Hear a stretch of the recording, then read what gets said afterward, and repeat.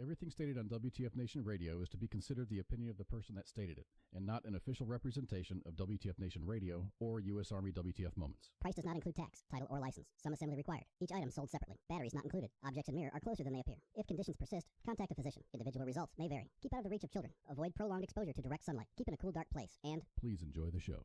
Shots. WTF Nation Radio. WTF Nation Radio. Hi, Lieutenant. How are you doing? Aw, did you find your land nav point, Lieutenant? Good job, Lieutenant. You get a Expert Action Badge. Put on your uniform right? Expert Action Badge. Show up to work on time. Expert Action Badge. Qualify on your weapon. Expert Action Badge. Badge of Action. Find your guidon. Expert Action Badge. That's right. Just doing your noble warrior task and drills, you get a Expert Action Badge. each item sold separately. Batteries not included. Objects in mirror are closer than they appear. If conditions persist, contact a physician. Individual results may vary. Keep out of the reach of children. Avoid prolonged exposure to direct sunlight. Keep in a cool, dark place. And please enjoy the show. Shots. Shit in a bag, Pogue. Badge of Action. The voice of U.S. Army. WTF Moments. This is WTF Nation Radio. Action Badge. Action Badge. What is going on, Nation? It is I, KJ, from Jose's Taco Truck, driving around doing donuts outside the Functional Veteran Center of Excellence with an over-the-top voice, with an over-the-top enthusiasm, and way too much vodka and Kahlua in my coffee this morning. Oh my God, the holidays are over. Praise Davis! I don't have to worry about buying my mom PJs anymore. I am safe. I am golden. I don't have to do anything else except make it a fucking New Year's Eve and not die from an alcoholic driving on the road. But we'll get there when we get there. Oh, hot damn. It's been a hell of a fucking day. Okay, to preface, as we all know, my Thanksgiving, I woke up to my parents deciding to fuck in my office. This Christmas, I had no one here. No one showed up. No one came. My house was all alone. No one was here. It was great. It was fantastic. And then I get told one of my wife's coworkers coming over. And this dude is full Viking. I mean, he's got the war braids. He's got the beard. He's just full. He brings honey mead that's called Viking's blood. I was losing my shit. We were fucking praising Odin and Uller all the way from fucking here to fucking Ragnarok. We were having a great fucking time. There was not a soul in Midgard that was having as good a time as we were then. But of course, all good things must come to an end, and then I win 2 chicken dinners in PUBG. Anyway. For the rest of the world, I hope everyone had a great and Merry Christmas and went to church and got their presents, and their children screamed and whined when they didn't get what they wanted. And then we spanked them appropriately for being little shits. Other than that, the world is starting to come to a realization that 2017 is over. We haven't hit a nuclear apocalypse. And lo and behold, President Trump maybe isn't that half bad of a fucking president. But then again, my mother's still calling it a regime and not a presidency, so I'm hoping for a better 2018. Let's get it over with the first biggest fucking thing that's rocking the geek world, with my fellow nerds and geeks going, what the fuck? Jodie Whittaker, the wonderful actress. I like her a lot. Her opinions are okay, but I like her a lot as an actress. She is now the first female doctor in the TV series from the BBC, Doctor Who. And she made her debut as the Doctor. I think it was Saturday? Yeah, I think it was Saturday. Yes. And it was incredible, because now we have, for the first time in the history of a show that's been on since the 60s, 1963, a female lead role. And of course, the entire fucking nerdverse is going insane over the fact that the Doctor's always been a man. Give the person a chance. And that's what I'm thinking the theme of 2018 should be, is give the person a chance. Give President Trump a fucking chance to do his job. Give Jodie Whittaker a chance to be the Doctor. Ah, you see that good segue? Give these people chances. Let them lead. Let them take their roles and run them. And it's a very interesting thing how this correlates to the presidency as a direct relation to the presidency. because we have, for the first time in a very long time, in this past, in my generation at least, we have the first time that someone who is not a politician is in a position of major political power. And I still have high hopes for President Trump. He is, and you've heard me in the past weeks, there are things I think he does great at, and there are things I think he's fucking horrible at, like the DACA or net neutrality. Fuck you, Ajit Pai. But I'm going to continue being critical and giving this man a chance. Hey, you leave my fucking Jodie Foster alone. She was fantastic in the transition scene, and you know what? I'm looking forward to her first season as a doctor. All right, so fuck off, Chris. I love you, Chris, but fuck off. So that being said, my hopes for the future being crushed or elevated, as you look at it, depending on how much liquor I have in me. Let's go to the first actual story over the holidays. So, of course, a topless protester tried to snatch a baby Jesus figure from the Vatican's nativity scene. Vatican police have arrested a topless Femin, F-E-M-E-N, Femin protester who attempted to steal a statue of baby Jesus from a Vatican nativity scene on Christmas Day. What the fuck is Femin? Is it just, are they using another word for female? I mean, what the fuck? Search Google for Femin. What is Femin? Femin official blog. Oh, well, there's tits on my screen now, so this is fucking nice. Okay, it's a bunch of women with their tits out. That's, something new? I mean, okay. I'm all for tits, but whatever. It's a little weird. Moving forward with the article.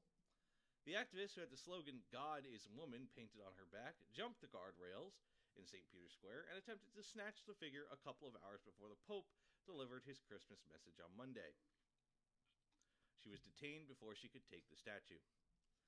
The act, fuck you, pop-up, the act was meant to highlight the Vatican's infringement of the rights of women to their own bodies, according to a statement from the international feminist organization Femin, who claimed the would-be thief, Ukrainian activist Alisa Vinogradova, it's a pretty sexy name, as its member. These infringements include the Pope's stance on abortion and sacred condemnation of contraception, the Femin statement said. We are talking about the same Pope, right? I mean, yeah, he has a stance on abortion. He's against it. He's pro-life. I can understand that. He's the Pope. But we are talking about the same Pope about contraception, right? This is the same Pope that came to the United States and said, use a condom. You know, I mean, we are talking about the same Pope, right, Femin? The same Pope that actively talks about, you know, hey, safe sex and all that shit, and let's stop the spread of fucking STDs and safe sex and all that good stuff. I mean, I'm pretty sure we're talking about the same Pope, but then again, you know, fuck. I just closed the fucking article because I'm a fucking idiot. You know, then again, I may be, you know, a little retarded.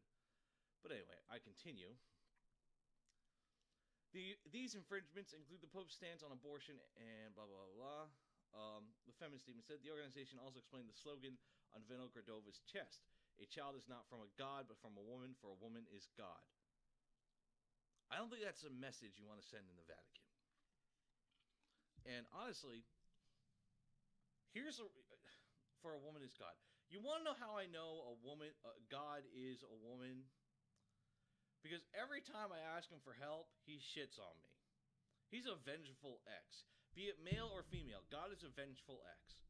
He always has been. Look all the way back to the fucking Jewish Bible, the Old Testament. He's a vengeful motherfucker. I mean, he had fucking, oh God, what was his name? What was the guy that was told, like, hey, sacrifice your firstborn? I'm sorry, my religion isn't all that good right now. But he had some dude fucking go to sacrifice his firstborn, and right when the knife was about to pierce, hold on, man, I just was testing you. He's a vengeful ex. Be it man or woman, he's a vengeful ex. So, woman is not God, man is not God. God is just a vengeful motherfucker.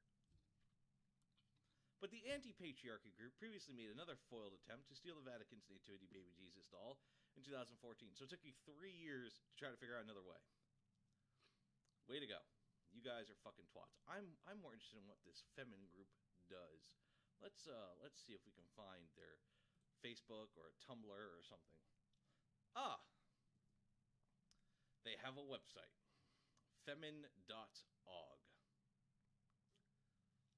Jesus Christ, here we go. Hey, at least the chick in the front has a cracking pair of tits. Oh, he's being objectified. I'm sorry, I'm gonna compliment beauty where I see it. She looks good. Granted, she's probably an asshole, but whatever. Half the site's in fucking English, half the site's in fucking Russian. I wonder where this place is from, where this fucking group is from. Let's go to their top story, see what they got. Gallery, girl with a paddle.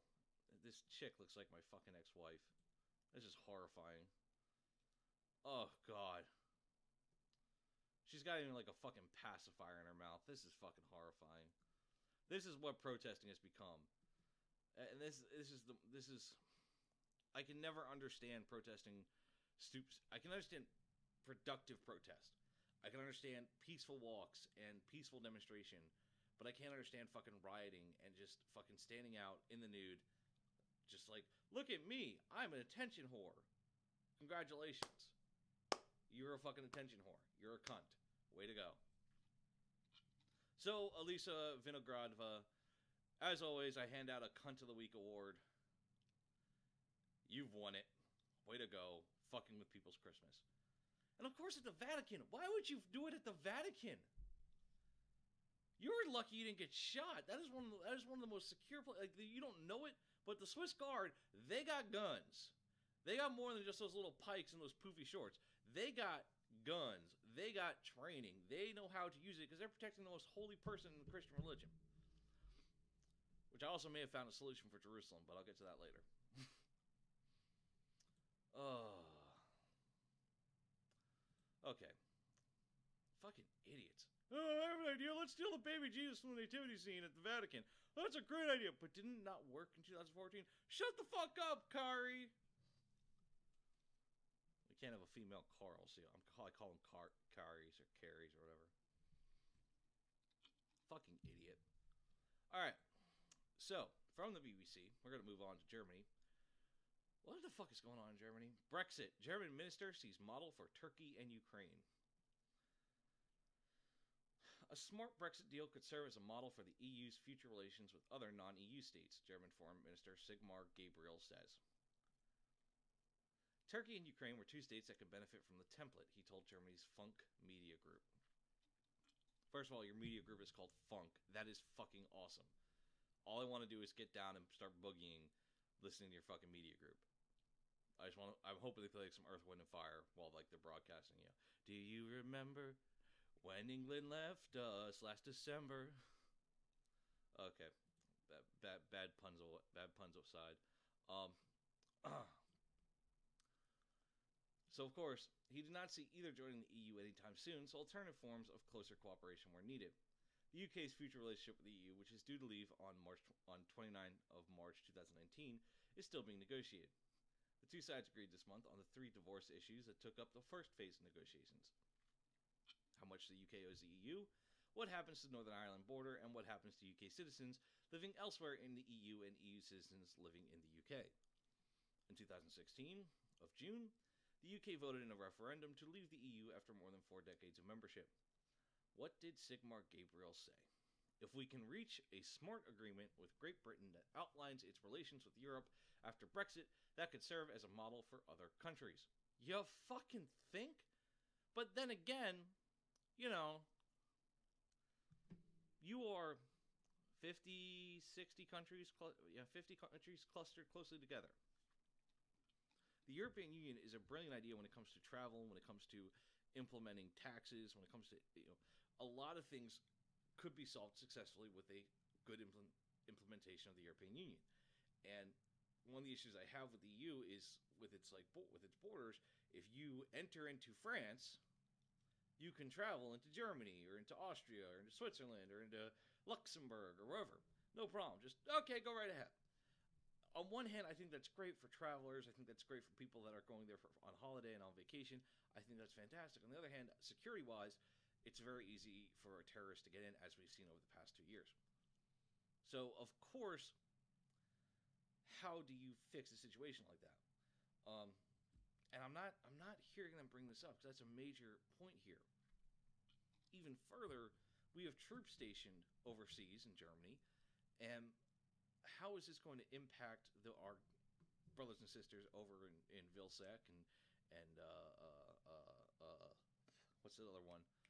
Someone help me out here. What's the other one? I'm drawing a blank here. But it's not going to help our troops out in Germany that have to go to, say, you know, they get signed to TAD for fucking Hereford in England, or they fucking have to go do something in fucking Turkey. You know, I'm glad that Germany is leading the forefront on how to get to a smart agreement with quotation marks with Great Britain that outlines its relation with Europe. But the harsh reality is, if England is not part of the EU, then you need to not treat it as part of the EU. So that means that if the citizens are living outside of England and England is no longer part of the EU, then they need to get back to England or start applying for work visas or stuff like that. Which previously the EU, I'm pretty sure, and I'm verifying now, working outside of home country EU. I'm pretty sure you didn't have to worry about getting like a work visa if you were going to work in France and you were from Spain and you're part of the EU. Thank you, Europa.eu. Yeah, you're right. Yeah, as an EU national, you're entitled to work for an employer or self-employed person in any EU country without needing a work permit. So, of course, all the usual things like what we have in the United States, you have to apply for a work visa, you have to apply for, citizenship, etc. Those steps are going to have to be taken. And it's not that hard. The smart agreement with Great Britain is you have to treat it as a no longer part of the EU. They wanted to leave. Okay, this is the punishment for wanting to leave the EU. Don't get me wrong. I'm not saying the EU is the greatest thing on the earth. What I am saying is there were benefits to it that now, with Brexit, England has lost. Now, also, Sigmar Gabriel says he sees a closer form of customs union with Turkey provided the situation in that country changed. That would appear to conflict with the UK's aim to leave the EU's customs union as well as its single market. Germany is concerned at Turkey's human rights record under President Recep Tayyip Erdogan, particularly the recent arrest of several German-Turkish nationals. It's a good sign that several detained Germans have been released, Mr. Gabriel said. But, he added, there is still great concern over imprisoned journalist Deniz Yücel. The Turks know how important his fate is for us, he said. So what EU agreements exist currently with Turkey and Ukraine? Under a specific customs union agreed in 1995, goods may travel between the two areas without customs restrictions, although it may exclude unprocessed agricultural products. Talks on accession, however, have not moved since 2005.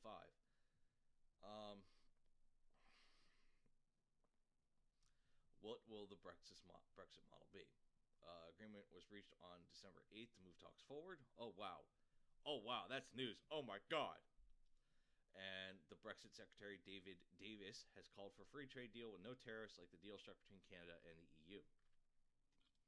Unlike the Canada deal, he also wants financial services included in the tariff-free area. One headache for negotiators is the Irish border and how to maintain the flow of trade between Northern Ireland, which is part of the UK, and the Irish Republic, which is in the EU. Now, you may be asking, but KJ, this is an American, we talk about American military and American things. Well, unfortunately, what happens in Europe will definitely affect our markets. And with things that are created in Germany or in England, for example, Rolls-Royce or Aston Martin in England, we will see increases in pricing. And we will see increases in how much it costs to buy British goods. Even Northern Irish goods. Because England is a major hub of not only travel, but also commerce and transportation and shipping. So, if it's coming out of Europe, 90% of the time it's going to stop in England for something, drop shit off or pick stuff up. I like Germany's stance about, hey, we need to work this out. We need to figure it out. Maybe we can also include Turkey and the Ukraine. But if they're not part of your, if a person's not part of your club, they don't get the benefits. That's the plain Jane to me. If I'm not part of your club, I don't get the benefits. So, civilians don't get our VA benefits, although if they did, they would change pretty quickly because they weren't part of our clubs. But, what's up, James Shattenkirk? How you doing, brother? Let's check the Mixer chat, see if anyone's got any opinions. What's up, Tiny Joker Max? How you doing? Hope y'all had a Merry Christmas. But yeah, that's what's going on in Europe right now. They're trying to negotiate these deals and figure out the economic situation of things, and it's gonna affect us sooner or later. Hopefully, it affects us sooner, so that the later it can even out. We can find some fucking, symbiosis between the three countries, the U.S., the three organizations: the United States, England, and the European Union. Yeah, but then again, I'm a fucking dreamer. Okay. I think Grey Cloud said it best about 2 weeks ago during the Alabama special election. But 2018 is a very important year. Midterm elections. For those of you who aren't tracking, we had our presidential elections in 2016, and now we have midterms coming up in 2018. This is going to change the face of the Senate, and it's going to change the and there are some people in the House of Representatives that are getting replaced, but the Senate is very important because the Senate is held by Republicans. Right now, anything going through the Senate usually is being voted on party line. So, Republicans entered 2017 dreaming of a dramatically expanding their Senate majority, but after a bruising year capped off by Democrat Doug Jones' upset victory in Alabama, the GOP is staring at a 2018 with diminished ambitions. This is from Politico, by the way. Here are the 10 Senate races in 2018 that are incredibly important for the GOP to win to maintain a majority in the Senate. Nevada, with GOP Senator Dean Heller running for re-election. It is a brutal political environment for Republicans, along with some potential missteps by Heller, makes him very vulnerable in 2018. He's got a he dramatically reversal on the Obamacare repeal, staunchly opposing its initial versions, only to support Graham Cassidy, which seemed tailor-made for Democrat ad makers, and it even helps him fend off Danny Tarkanian, his conservative primary challenger. They're also going to try to tie in Representative Jackie Rosen, his likely Democratic opponent, to Harry Reid and Nancy Pelosi. Missouri, Democratic Senator Claire McCaskill is running for re-election. She is an attorney general, and she is facing the attorney general Josh Hawley, a top GOP recruit who's already had multiple big money super PACs lined up to support him, and the backing of President Trump. Indiana, Democratic Senator Joe Donnelly is running for re-election.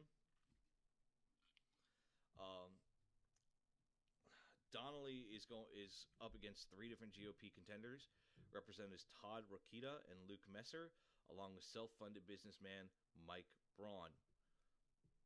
They all will beat each other up until the primary in May. We'll see who fucking makes it out of that race, see if they can take that seat from Senator Donnelly. Arizona, it is open. The GOP Senator Jeff Flake is retiring, so it's open on both sides. Currently, the establishment Republicans are putting their faith in Representative Martha McSally, one of the first female fighter pilots in the Air Force. Well, fuck it. If I'm in Arizona, she got my vote. The Democrats are pushing for Representative Kirsten Sinema, lol, who has cultivated a moderate profile in the House and might be the Democrats' best recruit of the cycle.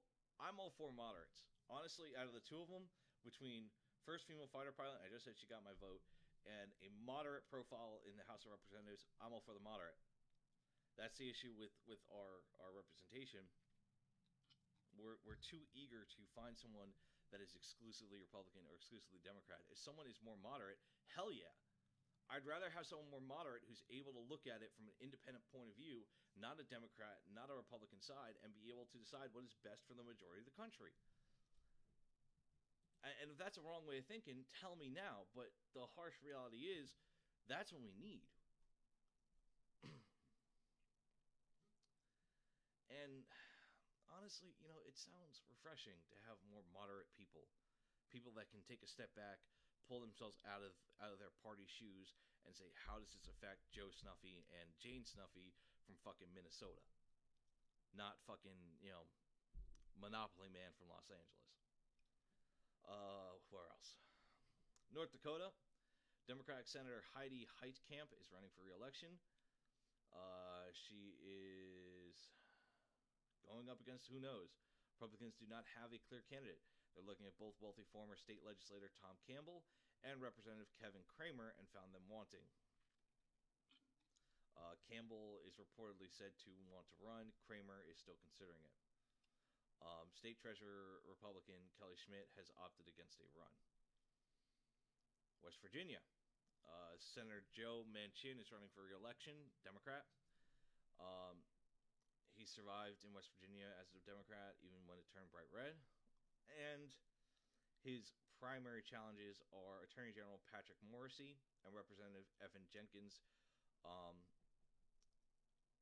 But Manchin has starting with a lead over both men. At least what the beginning polls are. Ohio! Yay, a swing state. Democratic Senator Sherrod Brown is running for re-election. Brown is going up against the person he went up against in 2012, State Treasurer Josh Mandel. Mandel has spent the past 6 years making as many enemies as allies in the GOP. He endorsed Florida Senator Marco Rubio over his home state governor John Kasich and has endeared himself to Republicans in Washington. If he defeats businessman Mike Gibbons in the primary, Mandel, a strong fundraiser, will have the money to challenge Brown across Ohio's expensive television markets. Florida, my home state. Oh, fuck me. Okay. Democratic Senator Bill Nelson is running for re-election. GOP Governor Rick Scott is crucial to his party's 2018 Senate strategy. If the two-term governor enters the race, he'll show down with Nelson, will instantly become one of the nation's marquee Senate races. Republicans imagine Scott, who has immense personal wealth and is a strong fundraiser, outspending Nelson and forcing Democratic groups to spend in Florida's multiple expensive markets. Florida, I'm not going to lie, elections in Florida, especially on the state level, are fucking hilarious to watch. It is fucking amazing to watch them. Because, okay, yeah, it's fucking politics, but oh my god, the atmosphere from Miami to Tampa to Tallahassee is fucking... Miami, we're all Dolphins fans at heart. They go to Tampa. Tampa, we're all Buccaneers fans at heart. They go to fucking Tallahassee. We're all Jacksonville Jaguar fans at heart. It is the biggest crock of bullshit, and we all know it. And we're just waiting for them to fucking either pass out from locking their knees because it's so damn hot in Florida, or we're waiting for them to go for a much-needed sip of water, and they end up chugging down half a bottle and then do the and then they look like an ass on TV. It's always, something always fucking happens in Florida. That's the best part about fucking Florida politics, is that in Florida, it's just, the state doesn't want to cooperate. It's always fucking hot. It's always we always have some sort of fucking weather that's coming to kill you. We have animals in every fucking square inch that's going to kill you. Fucking Florida is just a craze hole for fucking just shit to go wrong. And when you throw politics in there, it gets fucking hilarious. There was one time a fucking state representative, I voted for this guy. I like this guy, Gus Bilrakis. He was representative for my district when I lived in Florida. I like Gus Bilrakis. I'm pretty sure he's a Democrat, but I like Gus Bilrakis. He's done great things for my district. But there was one time he's giving a speech, and he's talking, he's campaigning, he's doing all these things, and he gave a speech in front of a tree that was historically known for hanging African Americans during the Civil War, talking about how we need to deal with the crime issue in a primarily African American neighborhood. And the irony was completely lost on him until someone from Bay News 9 brought it up, and he goes, oh my god, I am so sorry. And you see like the man go bright fucking red and freaking the fuck out. Because every fucking inch of Florida has something that'll kill you, either in this case politically or in real life. I can't wait to watch the Florida shit. That's like fucking HBO for free. Hell yeah. Montana, Democratic Senator John Tester is running for re-election. Tester is safer for now. He returns from D.C. to work on his farm every weekend. He has a strong brand, and the frontrunner challenging him is State Auditor Matt Rosendale for the Republicans. But he'll also have to defeat businessman and veteran Troy Downing, a number of other Republicans in a primary. Sucks to suck. And finally, Wisconsin. Democratic Senator Tammy Baldwin is running for re-election. They're trying to guide Senator Ron Johnson to an upset win. But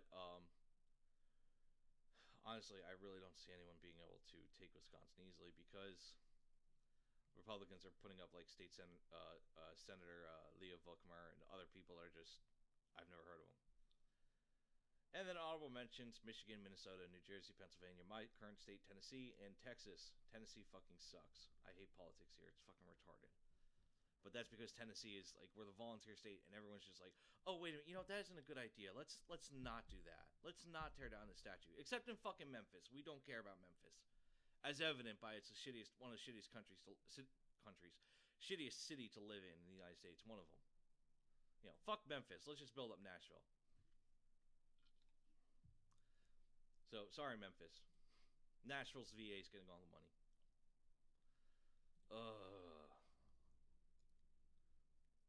I can't. I'm worried about this 2018 election. I'm worried about this midterm elections because in the Senate side of things, if the majority is lost, then you won't see things get passed to the Senate easily. And with President Trump, he already has enough trouble getting things passed through anything because everyone thinks he's a fucking cockbag. But the argument can be made, y'all tried to impeach him once, and y'all overwhelmingly in the House said, no, that's retarded. The Senate needs to get on the same fucking page.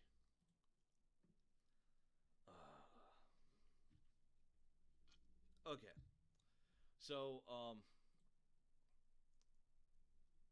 in our fucking little office, Jay Reddy dropped a memo that a few folks say some dude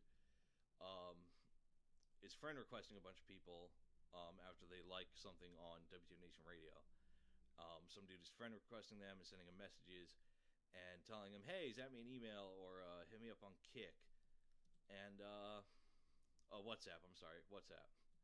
And we have this guy. Apparently it's a General James O'Brien from USA. I am a 4-star Army general currently serving with NATO force in Afghanistan. So that grammar is on point. And I promised that I am going to call them. So, let's call the fucking general, shall we? Let's see what the fucking general has to say today. First things first, I'm going to use my phone. I'm going to call the station so that we can get this going. 415-889-8367, if I remember that correctly. Yes, I did. See, I said it enough. I remembered my phone number.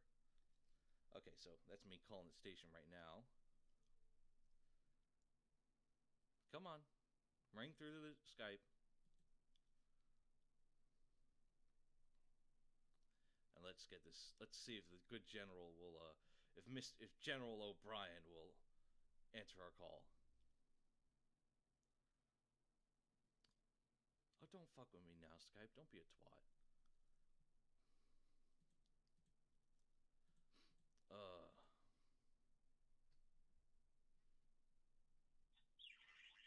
Apparently, I reached a voicemail. Awesome.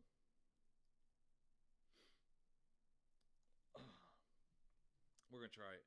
I'm gonna try to reach him out right now. You know, fuck it, I'm just gonna do it over speakerphone. So it might sound a little shitty, but the show must go on.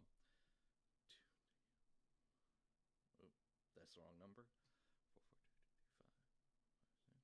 442. Let's call him and see what he has to say.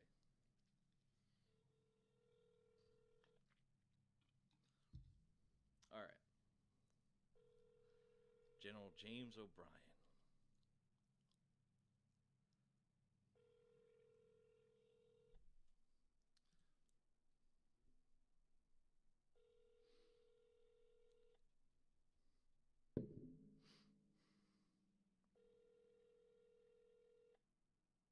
Can you hear it okay?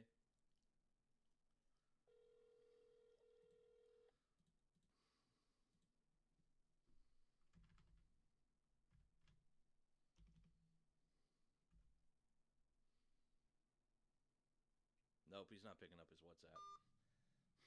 He's not picking up his WhatsApp. But I will reach out to him. I'm going to email him. I will update the show as I reach out. Yeah, I couldn't turn my phone up anymore. I'm sorry about that. But I will turn myself up just a tad because someone said that before. I will keep trying to reach out to this guy throughout the day. I do want to speak to this wonderful 4-star who is currently serving with NATO force. 10 points. Please send me your email ID so that I can send you details of my business proposal. I will post pictures of Win if he ever messages me back. And I'll do it off my personal email too, so that should be pretty fucking fun.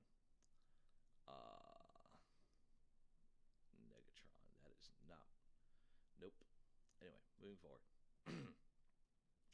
So, okay, we've talked about topless protesters. We talked about fucking Brexit. We talked about top 10 Senate races of 2018. Please make sure you keep track of these and you vote for the right person, whoever that may be. Just do what you feel is right there. All right. After all that bullshit, let's actually go to something actually pretty cool. So, The Last Jedi has a scene that is causing movie theaters to post a warning. Now, I read this article. I read the title of the article, and at first I thought, oh my god, a trigger warning. And it's actually fucking not. Holy fucking shit. I was expecting a full SJW bullshit, and it's not. So let's hear about this. For those of you who don't know what Star Wars is, get on the fucking truck. But The Last Jedi just came out a couple weeks ago, and I'm not going to reveal a spoiler. I am going to say what happens during the scene. So, Rian Johnson made several fresh, unconventional choices in his helming of the divisive Star Wars The Last Jedi, but one scene in particular has forced some movie theaters to intervene. The scene in question features what Star Wars VFX supervisor Ben Morris has called a franchise first. Deciding to blank blank to save the blank, blank caused her blank at blank blank blank blank blank blank blank blank blank blank blank blank. At the exact moment of blank, Johnson, the VFX supervisor, the director, cuts all sound with a vacuum-like effect creeping in against the image of blank, blank, blank. I know that's spoiler protection. And what you have is you have a scene that goes completely and totally silent. And we're not talking like you'll hear like a little ringing, or you hear like, things that usually symbolize that there's no sound going on, but there still is sound. No, there is no sound. And I remember going to see The Last Jedi. I know what scene they're talking about. I love this scene. But going to see The Last Jedi, and I thought this was fantastic. This one moment, fuck it. I'm going to give a spoiler alert, small spoiler alert. There we go. I'll give a small spoiler alert. It's a ship crashing into another ship. I'm not going to say which faction does the crashing or whatever, but a ship crashing into another ship. But they cut all the sound to give that vacuum-like effect, that deep space, because sound doesn't know when you're in space, no one can hear you scream. Morris recently acknowledged, this is the VFX supervisor, that it's an unusual but effective choice for a Star Wars film. We had always hoped that would resonate both as a story beat and as a striking visual. And when I heard all the cries and gasps in the silence, it was just fantastic. We realized that it worked. That's never really happened in Star Wars before. Which is true. Star Wars has always been a very audio cinematic universe. There's always been music and sound. It's always tried to envelop all of your senses and try to draw you in and keep you close. So doing something as bold as killing all the sound, and all you're doing is watching this scene, watching the ship crash into another ship, you'll hear everyone gasp or make a noise or shift in their seat. And yes, it breaks a little bit of the immersion, but it also goes to show that this is happening in a place where there's no sound. It's a very effective way of filmmaking. However, moviegoers seem aware of this. A warning posted by some AMC theaters assures viewers that the silence is an intentional creative choice, not a technical glitch or other mishap, as many have reportedly complained. And that's what I find so funny about this. We have anticipated Star Wars, especially with the prequel trilogy, to be a sound fest. There is always sound. If you go to the prequel trilogy, there is not a single moment of silence in that entire movie. In all three of them, there's not a single moment of silence. Ever. Ever. Even in the original trilogy. I am a man who's watched his Star Wars. I watched the entire trilogy, the entire series, at least 4 or 5 times a year. And I'll watch individual movies even more. When I'm bored, I go to Star Wars. But I can't think of anywhere in any of the movies, and I know I'm going to have someone from my fucking office yelling at me that, oh, well, wait a second. But off of my memory, I know that there is minimal sound, minimal lack of sound in the movies. It is fantastically done, and you're constantly developed. But right here, people were like, what the hell's going on? There's no sound. We've anticipated from Star Wars music and lightsaber noises and blaster noises and beeping and booping and ba-ba-ba-ba-ba. And complete silence is something we're not used to. So the note says that AMC is posting, please note, The Last Jedi contains a sequence at approximately 1 hour and 52 minutes into the movie in which all sound stops for about 10 full seconds. While the images continue to play on the screen, you will hear nothing. This is intentionally done by the director for, a creative effect. That is fucking awesome. Very rarely. That is also a very ballsy move. I am a cinephile. I'm a video game file. I go fucking goo-goo for shit like this. And this is fucking cool. I would love to see more Star Wars that takes that very serious moment of a ship crashing into another ship, and the seriousness of it doesn't get lost. Because when you watch it, like, think of fucking Ender's Game or Battlestar Galactica or even Star Trek. When you see a space battle going on, they always add sound to the ships crashing into each other, or a ship getting hit by something. But this image, this scene, takes it away and it's like the camera's actually in space. Whereas normally you'll see the ships crash into each other in other movies, and yeah, the camera's showing it to you from a third-person perspective. You're seeing Ship A crash into Ship B. Rogue One's hammerhead into the Star Destroyer really fucking brings that to memory. And you hear the hammerhead hit, and you see the hammerhead hit, and it goes back into the command, what the fuck is it called? Where they fucking steer a ship. God damn it! I was in the Army, not the Navy. I don't know these fucking terms. The wheelhouse. There we go. When they're in the fucking wheelhouse, running the command section of the ship, you hear the crashing. It goes third person. You hear the crashing. It goes back to the wheelhouse, the command section. You hear the crashing. Complete silence is always going to resonate much more, and it's always a lot more unnerving to the human ear. You know, complete silence means something is wrong. You know, you ever go walking in the woods and you hear the bugs and you hear everything, but once you stop hearing things, that's where you know things are wrong. It's one of those things of silence usually doesn't mean anything good's about to happen. You know, and for Rian Johnson and Ben Morris to do this in a Star Wars movie where we've, for 40 years, we've heard nothing but noise. That scene had much more emotional impact than anything else, I think, in the Star Wars series, except for maybe when the Death Star fired on Scarif on Rogue One. That was pretty fucking hard hitting too. Not as funny as the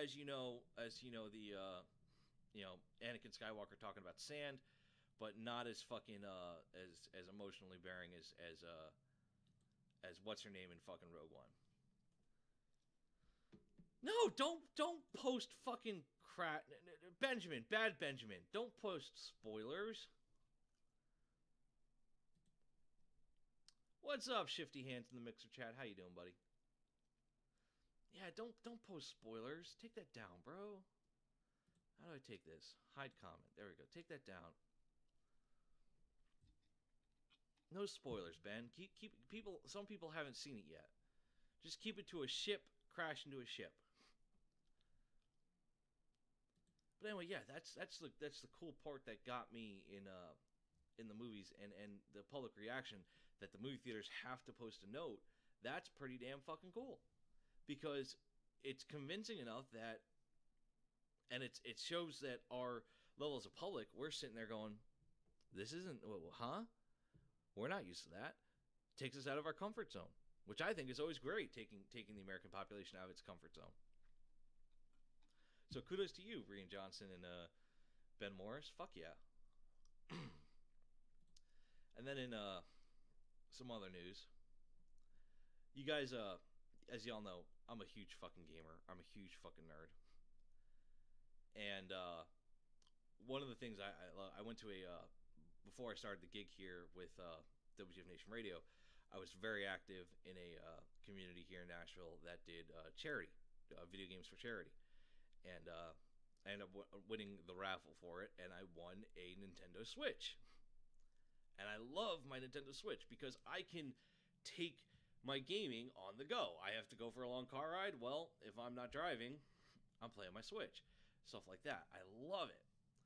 And I'm not going to lie, but I'm finding myself rebuying games that I've already bought for PC or Xbox and playing on my Switch. LA Noire, Doom, and when Elder Scrolls comes out, Elder Scrolls. I mean, games that are 6 years old. The Elder Scrolls Skyrim. I can't wait to play that. LA Noire, which is one of my favorite games of all time. That Rockstar game where you play as the cop, and you have to read the faces. It's great, and I'm loving what the Switch does, and I'm thinking this is the future of gaming. Where we move away from consoles being these big, bulky boxes to this small, portable system. And that's the best part about, the Nintendo Switch, is you can take it anywhere.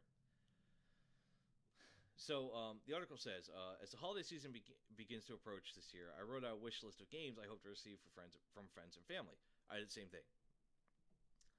The list outlined Nintendo Switch games, LA Noire, Doom, and of course Elder Scrolls, which have been available on other platforms for at least a year. In the case of LA Noire and Skyrim, they've been out for more than 6. Had I not played them, this would have been a great opportunity to see what all the fuss is about, and this is where our author and I completely agree. But I have played them. I've played all of them. I still own the original games and the hardware on which to play them. Put it like this. I have Skyrim on PC, Xbox 360. I had it on PS3, and I had it on PS4. Just saying. I still own the original games and the hardware on which to play them. I have absolutely no desire to return to those versions of the games, but the prospects of playing them on the Switch brings back an inherent excitement I felt when I played them for the first time. With much of the Nintendo Switch's success stems from Nintendo's outstanding first-party software lineup, like Super Mario Odyssey and Splatoon 2, drawing players to the Switch, the home portable hybrid device has a knack for making even older games feel shiny and new, even ones we already own. It seems like every day on Twitter or Facebook or a forum you see someone dreaming about getting to play one of their old favorites on the Switch. And developers big and small are obliging them. From Resident Evil Revelations to Stardew Valley, the games of yesteryear are back on store shelves for the Switch, and the allure of double dipping has never been stronger. Okay, so what makes playing games on the Switch so appealing? I can tell you now, graphically, it's not, oh my god. You're not sitting there going, oh my god, I have to play on the Switch. It looks so much better.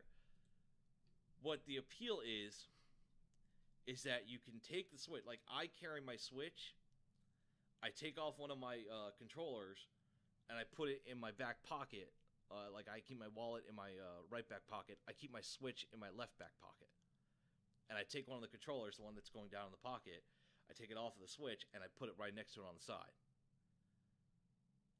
And the ability of when I'm walking around Nashville and I got nothing to do for an hour or two, I could just pull out my Switch and start playing Doom.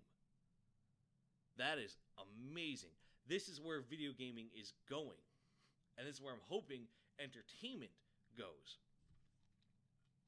Now, of course, you have the obvious drawback of with people doing this, then what'll happen is, there'll be less human interaction. But with the Switch, you have the ability to connect wirelessly, Wi-Fi, and create more conversation and more human interaction by, oh, hey, you're playing out in the middle of fucking a public square, and some guy walks up and says, what you doing? I'm like, oh, I'm playing Skyrim. And it's happened. It's personally happened. I played, when I worked for my driving gig, I was playing my Switch, and I was playing at the airport, waiting for some pilots to come, and sure as shit, people would pile up around me. What you playing? I'm playing Minecraft. I'm playing Legend of Zelda. And people would, bam, gather around. Oh, dude, hey, don't forget, hey, you missed that to your right. And things like Wolfenstein 2. Wolfenstein 2, Wolfenstein, my favorite killing Nazi simulator. Wolfenstein 2 is coming out next year on the Switch, and I can't wait to get that. Now, it's not going to hit 60 frames per second, but you've got a handheld gaming device that is going to function no matter where you go, as long as you have battery life. And it makes older games better. Hollow Knight, Kentucky Route Zero, Darkest Dungeon, all these things are fun to play again. There's even talk of Dark Souls. Dark Souls coming onto the Switch. I mean, that would be fucking intense.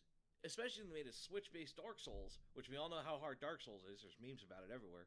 Where you can't invade other players, or players can't invade you unless they're close enough. So then you get human interaction of you get to see your invader. Can you imagine that? Proximity-based invasion in Dark Souls. That would be pretty cool. You know, the Nintendo Switch is a fantastic system, and I am not a Nintendo fanboy. I am a PC gamer. I love my PC. If I can't play it on both PC and Xbox, I probably won't buy it. But oh my god, I can't stop playing on the Switch, and I can't stop buying things for it because the potential is there for so many different things. And it's going to be such an incredible technological advancement, and I cannot wait to see what the other companies do to compete with what Nintendo's doing, which is fully covering mobile gaming. This is truly mobile gaming on a AAA scale. Imagine if Star Wars Battlefront came out. Okay, bad example. Battlefront's EA's fucking sucks. But Destiny 2 on the Switch. And you can get 30 or 40 people in the same room, all playing, conversing, eating, drinking, having a good time. And the only thing you need to worry about is having enough outlets to keep the thing charged. But you don't need bulky TVs, so Switch already has a monitor on it. You don't have to worry about a big bulky Xbox or bulky PC because it's all there. This thing runs smoothly AAA games like Skyrim and Doom, and you don't have to worry about the bullshit of having the room next to your TV for an Xbox, or having the room next to your fucking having the room for an entire tower set up. I really hope mobile gaming progresses past. It builds upon the Switch and progresses it and makes it better in the future. That's what I hope it does. And who knows? Maybe the next iteration of the Switch will have, third-party app support. Maybe in the future you might be able to get the TuneIn app, or you might be able to get the WTF Nation Radio app, and be able to listen to us while playing Doom or Wolfenstein and slaughtering Nazis, or running through Skyrim killing all the fucking Imperials. Nords for the win, by the way. It's world of fucking possibilities. Oh, man. Okay, we're going to hit our last article for this hour, and then we're going to go on break for about 7 minutes, 8 minutes. So, another really cool story. Like, we've had a bunch of bullshit, but now we're going to have some more cool shit. Friends for 60 years find out they're biological brothers. An Oahu family got a life-changing surprise just in time for the holidays. A man searching for his father ended up finding out that his best friend since grade school was actually his brother. What? The men are 15 months apart in age and have known each other for decades. They tell Keihan, too, that they learned they were related through a family history and DNA website. Alan Robinson and Walter McFarlane have been best friends. Fuck you, Blizzard. My Blizzard app keeps wanting to update on my PC. Alan Robinson and Walter McFarlane have been best friends for 60 years. Let's see. Well, we love to play cribbage. We've been playing cribbage all of our lives, McFarlane said. I beat him the last time we played, Robinson said. The two were born and raised in Hawaii and played football at Punahou. They initially met in the 6th grade. He was the partier I never went to or did any partying in high school, McFarlane said. They also shared a special bond through their friendship. McFarlane never knew his father, and Robinson was adopted. I had a younger brother that I lost when I was 19, so I never had any nieces or nephews. I thought I'd never know my birth mother, and I'll never have any nieces or nephews, Robinson said. So with the help of his family, McFarlane searched for answers over the years through the internet and social media with no luck, so they turned to family DNA matching websites. So then we started digging into all the matches he started getting. At the top of the list of DNA matches was the username Roby737. The results showed McFarlane and Roby737 had several matches in their DNA, including identical X chromosomes. And here's where Robinson comes in. As a nickname, everybody called him Roby, and he flew 737s for Aloha Airlines. He was a pilot. Turned out Robinson had also used Ancestry.com to find answers about his family. A few phone calls back and forth, and the men learned that they shared the same birth mother. It was a shock, McFarlane said. Yeah, it was a shock, definitely, and then we thought about it and compared forearms. Yeah, hairy arms, that did it, McFarlane exclaimed. The two revealed their discovery to friends and family Saturday night. It is an overwhelming experience. It's still overwhelming. I don't know how long it's going to take for me to get over this feeling. Now that the initial shock has set in, McFarlane and Robinson say they have plans to travel and enjoy retirement together. This is the best Christmas present I could have ever imagined having, Robinson said. It really is a Christmas miracle, and we're so happy that we found it, McFarlane Flores said. Now that's just fucking nice. That's a great way to tie off this holiday season. You know, two guys that have been friends for life. One of them was, where was it? Where did it say that?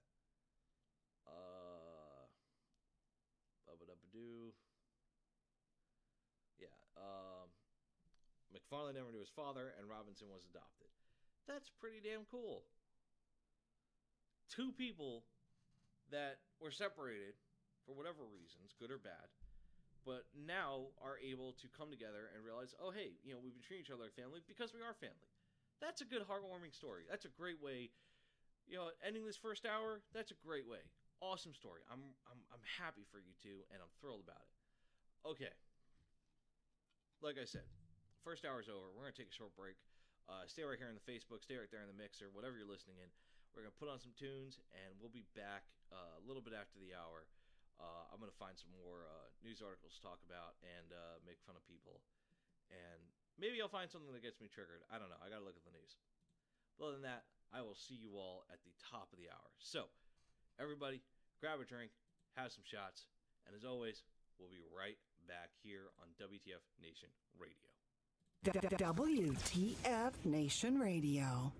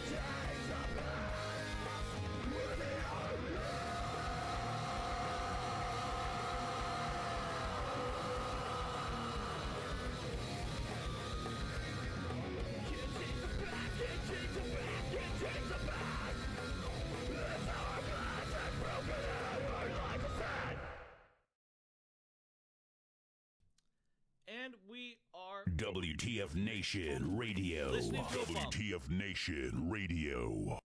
See, that's what happens when KJ isn't paying attention. He's listening, bump goes off and he's a fucking idiot and he speaks before the bump. Way to go, KJ. You're a fucking genius. Laugh at me, not with me. Okay. There is a news article that I'm trying to pull up, but apparently I've used up all my fucking articles from fucking Washington Post and Wall Street Journal and New York Times, so I'm going to get this. But this is important because it involves the American that is in Iraq that was fighting for ISIS. So, I'm trying to get this fucking article, and it's going to fucking give me one. I'm going to fucking find it. I swear to fucking God. And it better not fucking redirect me to the goddamn Wall Street Journal. Fucking load. Oh, for fuck's sakes. Okay. I will find this motherfucker. Okay. Stanford. Give me... Wall Street Journal. Okay. I'm going to give it another second. I'll try to find it while I'm talking about this first one. Alright, Netanyahu to the Guatemalan leader.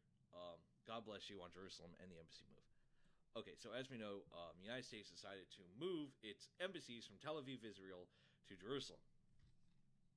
And I'm not going to talk about... I'm glad that Netanyahu, even though I think he's a fucking idiot, I'm glad that Netanyahu said, "Oh, Guatemala, thank you for fucking moving your embassy. You're so wonderful." But I am going to talk about something that I was thinking about over the holiday break. And I call it the common sense solution. Or as Rick and Morty put it, the isn't it obvious? Okay, so basically, you have Jerusalem, right? The highest holy city of the Jewish and Christian faiths, and a very holy city for Muslims. Why the fuck don't we just make it its own fucking sovereign nation? The Vatican is a sovereign nation. It is its own sovereignty. I say, move the Vatican to Jerusalem. There, you've solved the problem. Then you have a rabbi, an ayatollah or shah, and the Pope in control. And you put the Swiss Guard to protect it. No one's gonna fuck with it then. Because then you have a triple threat of security. Because then you have, okay, yes, you have to maintain security for 3 religious leaders, but then, and here's the excellent point, if a Muslim terrorist blows it up and kills, let's say, the highest rabbi, then you just pissed off all the Jews in the world. If a Jewish Zionist terrorist kills the Christian Pope, then you just pissed off all the Christians and Catholics.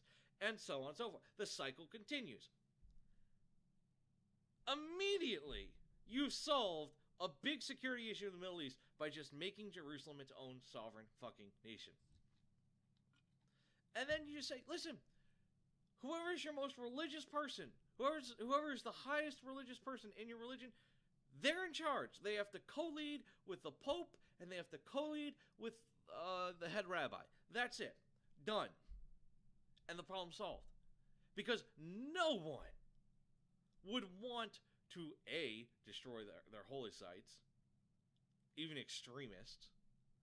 Yes, they use mosques and shit, and they use temples and shit like that as hidey holes, but the harsh reality is, they're not going to destroy, no Jewish terrorist is going to destroy the Temple of Jerusalem or the walls, the Crying Wall.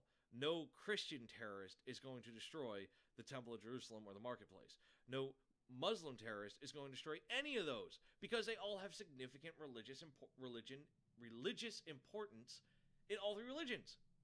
So make it its own sovereign fucking state. Do what you did with the Vatican and just do that. There in Jerusalem. Bam, done. Over. It's over. No more problems. Middle East problem solved. Israel can exist with its current borders. Palestine can exist with its current borders. Everyone shut the fuck up and leave Jerusalem as it is. And then, boom. The situation is solved. The problem is done. But then, fucking again, common fucking sense.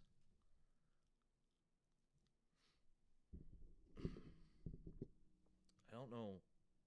Okay, there we go. Common fucking sense is a superpower. And if I'm wrong in my thinking, please tell me. But common fucking sense is a superpower. And if you make Jerusalem a sovereign state, life would be a hell of a lot easier. Okay. Please, just fucking give me this article. I really want to see this article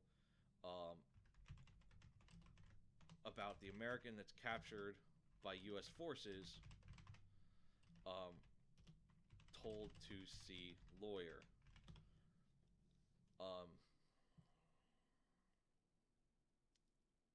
Fuck, I can't find it. All I can find it for is Wall Street Journal, and you heard me a week ago about the goddamn how I can't fucking read articles. I don't want to go to Wall Street Journal and read this. I can't. I fucking hate you. I hate you, Wall Street Journal and New York Times and all that bullshit. Oh, fuck you. Anything. Just give me anything. Okay, the general gist of it is a federal judge ruled that the military must provide immediate access to legal counsel for a U.S. citizen being held as an enemy combatant at a secret location in Iraq 3 months after he was captured in Syria. Oh boy. Oh fucking boy. A federal judge ruled that the military must provide immediate access to legal counsel for a U.S. citizen being held as an enemy combatant at a secret location in Iraq. Alright, you're going to hear KJ's Legal Beagle come out, because KJ's Legal Beagle gets pissy about some of those terms. Very important term there is enemy combatant. Now, for those of you who are not fucking familiar with the war on terror, all the fucking Hodge and all the fucking twat waffles we've been fighting overseas are not technically labeled as enemies of the state. They're labeled as enemy combatants, or soldiers, or any of those other fun terms. Soldier, guerrilla, mercenary. Things that would relay they are part of a state-sponsored organization. Al-Qaeda is a terrorist organization. So, you can't sit there and say we go to war with Al-Qaeda, and that they are soldiers, because then it gives credit to Al-Qaeda being a nation, which they're not. They're enemy combatants. And that was President Bush's brilliant idea for it. His administration's, how should we classify them? Enemy combatants. And also, it allowed for us to place them indefinitely in Guantanamo Bay. Now, do not get me wrong, do not get me twisted. Understand this. I see the need for Guantanamo Bay. I understand what Guantanamo Bay is for. However, in the United States, we have a thing called due process. And with due process, what happens is that you have the right to a fair and speedy trial. But when you label someone as an enemy combatant, they sit in a state of limbo. That is why there are hundreds, and at one time there were thousands of appeals to the federal courts from detainees in Guantanamo about their due process rights not being acknowledged. So, and that's why a lot of them have been released, because it has been found that their due process rights were not allowed. And they were able to get their release. And some of those people were detained illegally, and some of those people were detained rightfully. And some of those people were detained legally. It does not matter. What matters is due process. We are a country with due process. That is the law. That is the rule. That is what every fucking American must abide by. So, of fucking course, you have a U.S. citizen that is being held as an enemy combatant at a secret location in Iraq. You can't do that. Even though he went to go fight for ISIS, even though he went with the intention to, with the knowledge of going to fight and kill U.S. troops, he cannot be treated as an enemy combatant. He has to be treated as an expatriate or as a U.S. citizen, which even then, as an expatriate, they would still consider him a U.S. citizen. he must be brought back to the United States for a fair and impartial trial, either by a judge or by jury. That is his right. That is his right granted him as a U.S. citizen. It does not matter that he went off to fight with ISIS. What matters is he's a U.S. citizen now under U.S. custody. He fucked up. He's going to pay the price. What the fuck are you doing? Okay, there we go.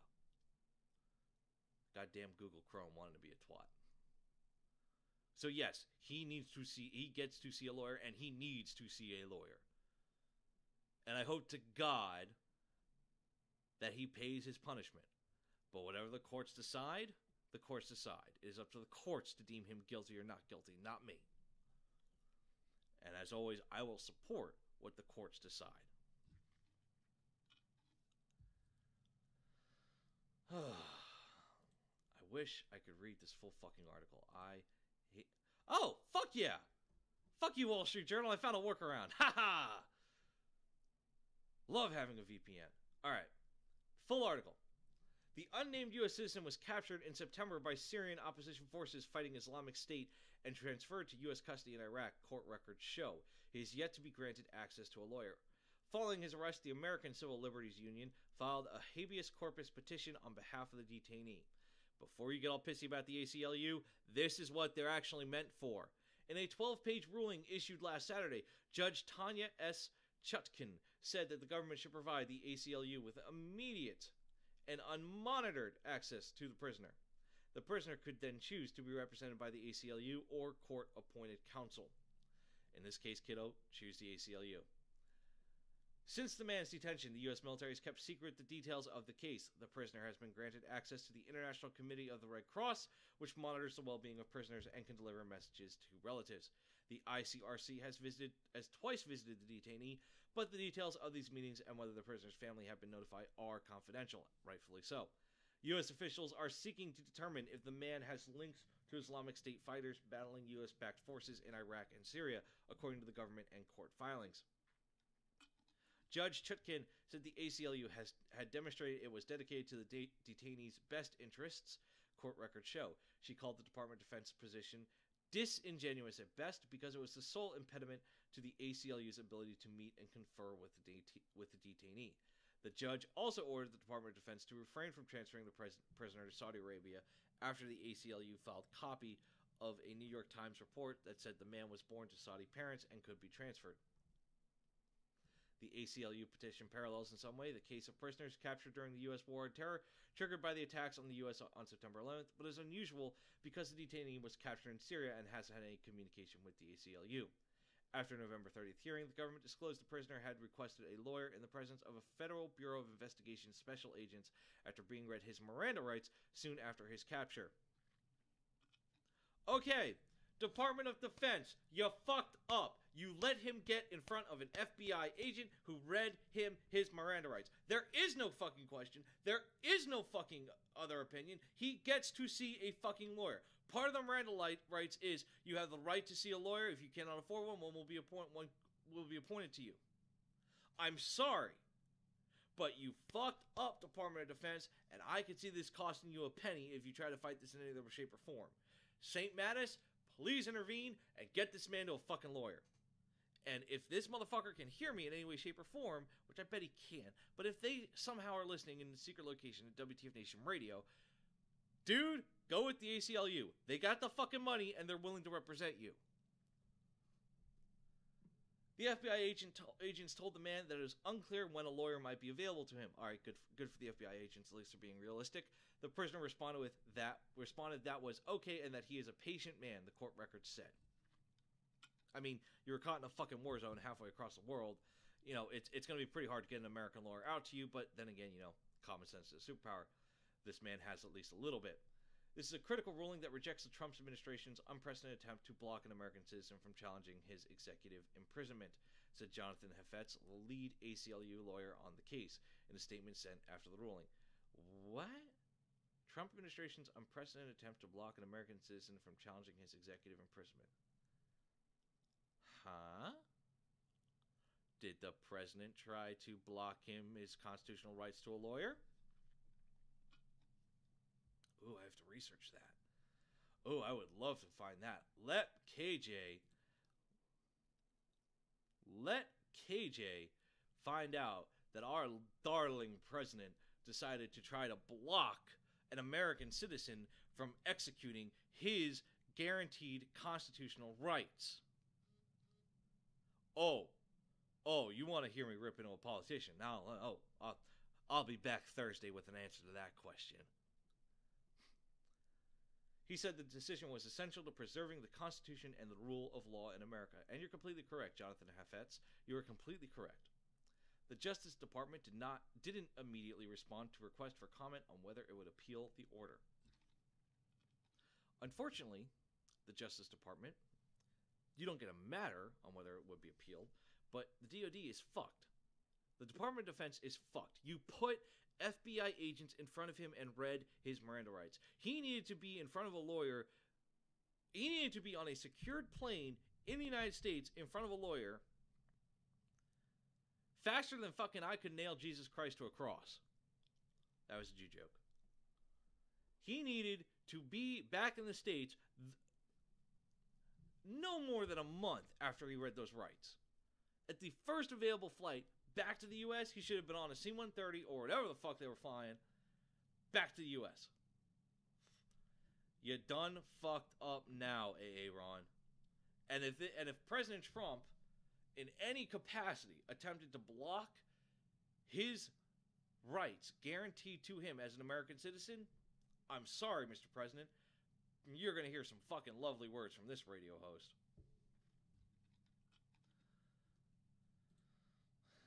And if that's the case, I'll fucking tag the White House in my goddamn post. Yeah, I'll fucking do it. Moving forward, North Korea. God fucking damn it. I can never get away from that fucking short imp of a cuck.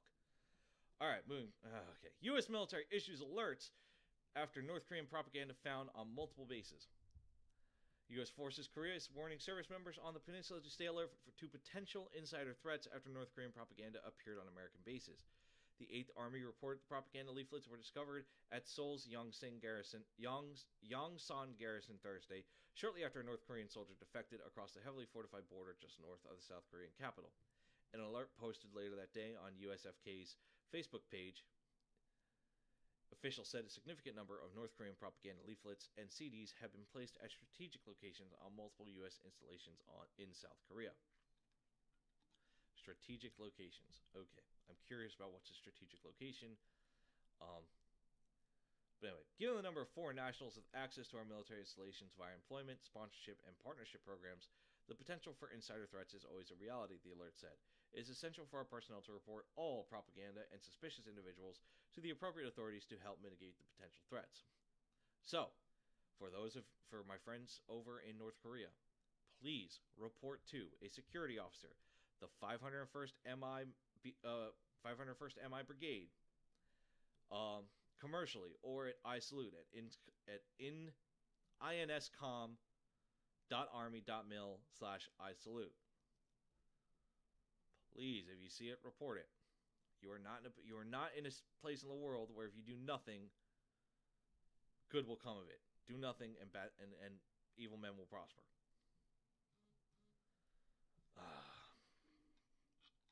I do like the fucking alert that they posted. You know, it's just like it's hey, you know, if you see some propaganda, fucking report that shit. You know, you fucking think. I don't think it's Americans spreading that shit. I don't think it's that guy that defected. I don't. I think that's just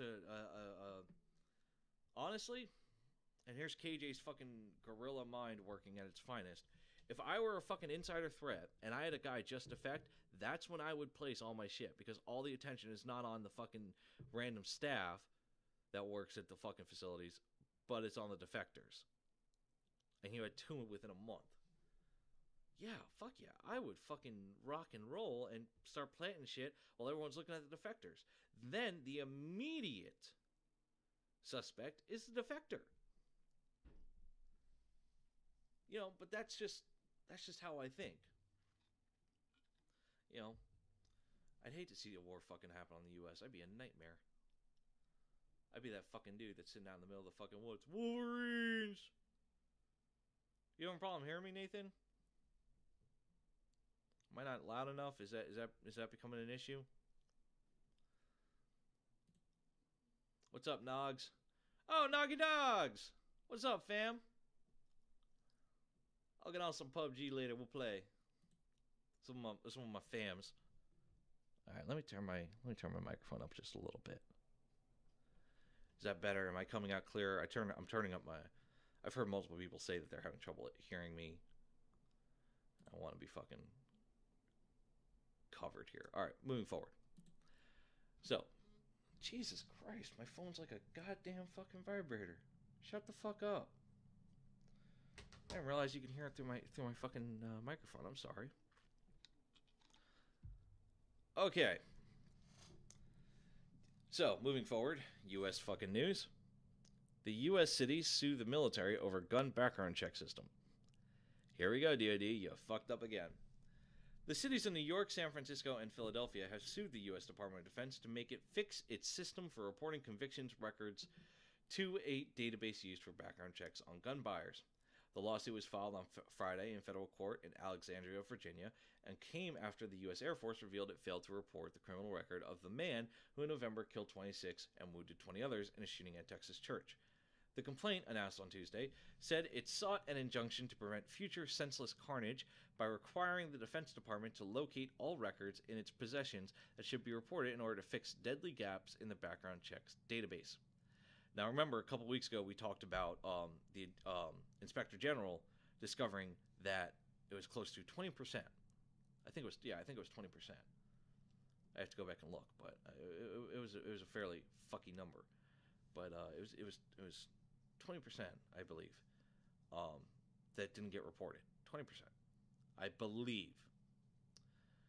New York City is joining Philadelphia and San Francisco to stand up to the Department of Defense and demand they comply with the law and repair their drastically flawed system. New York City Mayor Bill de Blasio said in a statement, "For the first time, Bill, I fucking agree with you. That's something fucking Giuliani would have done." The three cities are led by Democrats, some of whom have advocated stricter gun controls. The Defense Department said it did not comment on pending litigation. Further talks about former Airman Devin Kelly, who opened fire at the First Baptist Church in Sutherland Springs, Texas, on November 5th, convicted 5 years ago by a general court-martial on 2 charges of domestic assault against his wife and stepson. The Air Force said the information was not entered into NICS, which the FBI oversees and uses to run required background check requests from gun dealers before a sale. Attorney General Jeff Sessions has since ordered the Justice Department to undertake a review of the systems to help plug potential reporting gaps. The DoD Inspector General earlier this month released a report that found that all military services consistently failed to submit fingerprint data for 24% of the convicted offenders reviewed. 24%. Okay, I was off by 4. But 24 fucking percent. Yeah, that's worthy of a fucking lawsuit. Way to fucking go, Department of Defense. 2 for fucking 2. You don't immediately provide a lawyer after the FBI read a guy's Miranda rights. And now, because you're fucking twat waffles, you're fucking CID and fucking NCIS and all those fucking cunts can't fucking get off their fucking asses to send a fucking email to the FBI or go to the fucking post office to fucking get these things sent over. I mean, for fuck's sake, it's not that hard. It's not. It's fucking not. Literally. I'm at my computer. I am talking on the show, but I'm also zapping off emails and reading fucking other things than just the article, and I'm still talking. It's called multi-fucking-tasking. But then again, common fucking sense is a superpower, apparently. Jesus!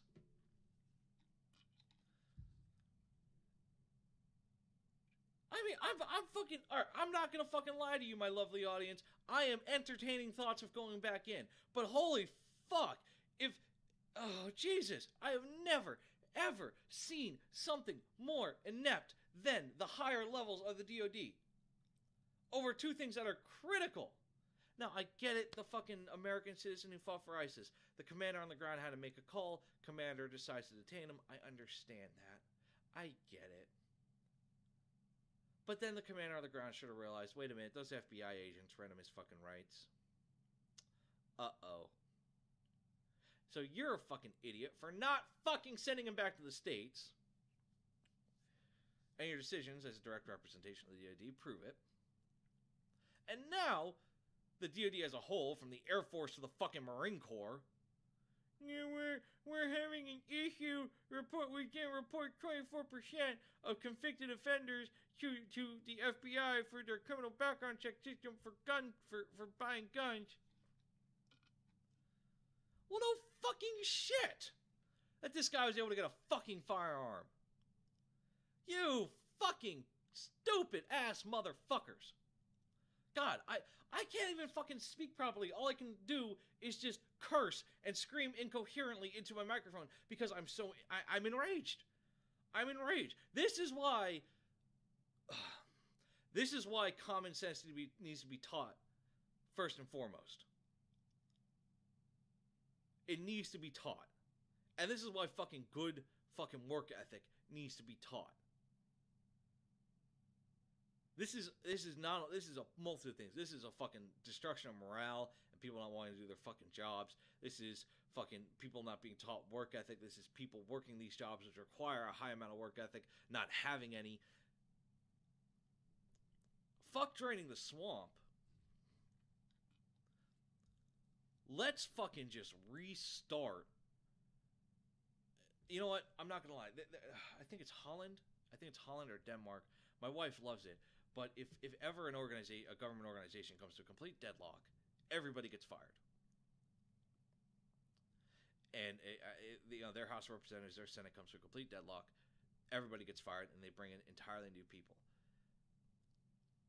I'm sorry, General St. Mattis, you are doing a great job. I don't want you to leave. I love you, but you need to take a real long, hard look at who's underneath you and get fucking people that are competent in there. And competency does not mean fucking stars and bars. If there's something that my grandfather and my mother and my father have taught me, and my grandmother taught me, is that competency is not your title or the number of letters you have after your name. Competency is your work ethic and how you hold yourself at work. How you show that you are competent. You do not have competent people working for you in your Department of Defense, Mr. Secretary. All the way down from fucking base level. Fucking fix it. So that we the people don't have to. Because if we have to, you'll end up out of a fucking job. Unfortunately, as civilians and as veterans, we are the boss. And we need to take back that fucking mantle. Especially in two situations like this, where civil liberties got trampled on, and lives were put in danger because of the inaction of a few. And the entire DoD needs to be fucking held accountable.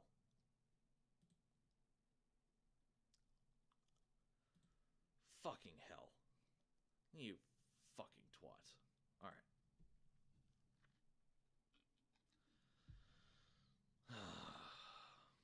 Alright, let's go into the Federation of American Scientists. Okay, so for some reason they have this under secrecy news. I don't know what constitutes secrecy news from the Federation of American Scientists, but okay. Let's. Oh well, the first article is recovering radioactive nuclear sources, so that's pretty cool.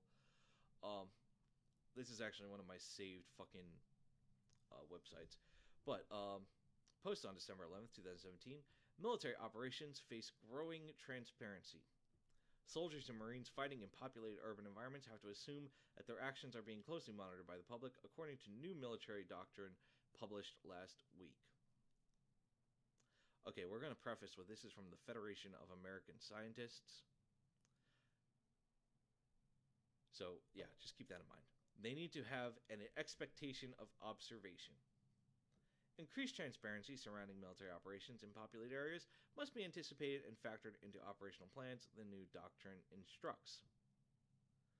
Soldiers and Marines are likely to have their activities recorded in real time and shared instantly both locally and globally. In sum, friendly forces must have an expectation of observation for many of their activities and must employ information operations to deal with this reality effectively. This can be a matter of some urgency, considering that under media scrutiny, the action of one soldier Marine has significant strategic implications. And then it cites ATP 3-06, U.S. Army, U.S. Marine Corps, December 7th, 2017. Currently, more than 50% of the world population lives in urban areas and is likely to increase to 70% by 2050, making military operations in cities both inevitable and the norm, the document states. Inevitable or not, urban military combat presents a variety of challenges. No fucking shit. You're going 3 for fucking 3 here, DOD. Give me a fucking... Just get someone on a base, for Christ's sake. Oh my god. You're Marine fighting a public urban virus, have to assume that your actions are being closely monitored. Really? I never would have guessed that. I never would have guessed that the people, the peoples whose brothers and husbands and sisters and wives and children that are getting shot, not by us, but just getting shot in general, are kind of, oh, hey, look, there's an American soldier over there, an American Marine. What are you doing? Huh? You don't look anything like us. What's he doing? I mean, shit, a new car rolls in my fucking neighborhood, and I'm staring out my fucking window ready to rock and roll with full battle royale next door just in case this motherfucker decides to do something. Of course we're being monitored. Of course we're being watched. Of course it's gonna go viral. Because that's the name of the game. You should have fucking realized this back in 2008. This should not be a new fucking thing to you, Department of Defense. It should not.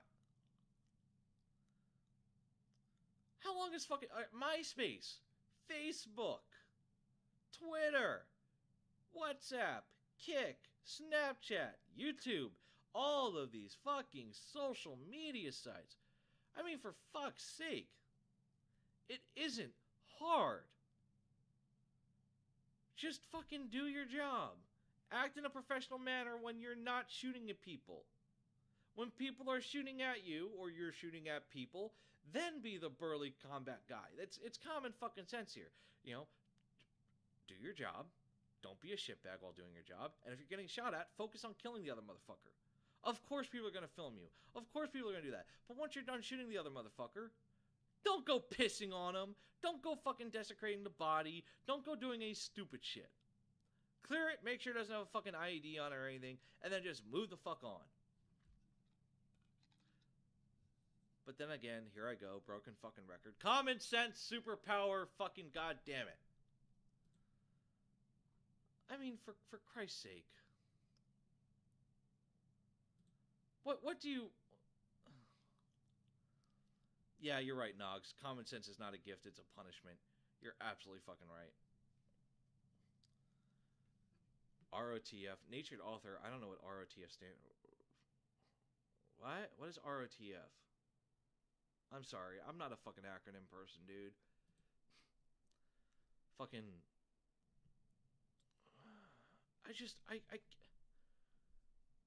Assume your actions are being closely monitored. No fucking shit, dude. Everyone's got a camera phone. The invention of the camera phone made every person a fucking photographer or a videographer. I mean, we're in a part of the world that we're obviously not fucking wanted. And, yeah. We've killed a lot of people.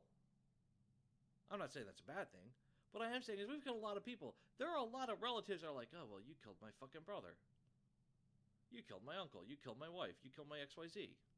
Yeah. A lot of people are going to be trying to find fucking shit to go fucking reporting to whoever they think is in charge of the U.S., which is no one. But it's in there going, Daddy, Daddy, Daddy, the U.S. did this. Look at what the U.S. soldiers did. Look what the Marines did. Seriously. Conduct your patrols. Do your patrol. If you see fire, return fire. Kill the enemy. Make sure they don't have IEDs and whatever. Check them for intel, etc. But after that point, just move the fuck on. Please. That's all that needs to be said. That's it. We already know we're being monitored. We've all fucking seen the YouTube. I mean, shit. LiveLeak.com. I don't know how many fucking times I've been on LiveLeak and a fucking new video pops up in my queue of a fucking IED going off. And 30 fucking people sitting there going, Oh, hey, Abdul, check this out. Hey, I got this perfect thing. I got the good angle too, Muhammad. That's a fucking great thing. Okay, let's see if we can get this shit. I mean, their fucking commentary is colorful as shit because they're, it's killing you as citizens, and it always fucking pisses me off. But at the same time, it's not a secret that they're filming us. I feel like the Department of Defense is always stuck like 20 years behind. Always. When it comes to common sense. Like, sometimes there's a moment of shining glory. And then other times, you're just thinking, what the fuck, dude? But then again, war fighters in a policing matter. It's a fucking... Don't get me started on that fucking argument. I don't want to fucking deal with that headache. I'm not drunk enough or sober enough to talk about that. Commander KJ checking in. Roger that. Render your salutes. Hoo-ah! Hey, Mikey. Nice to see you again, brother. It's always a pleasure. Alright. Let's fucking roll back to North Korea.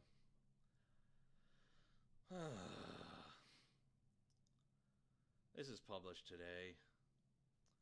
North Korea shock warning. U.S. forced to use military action if China does not intervene. God damn it.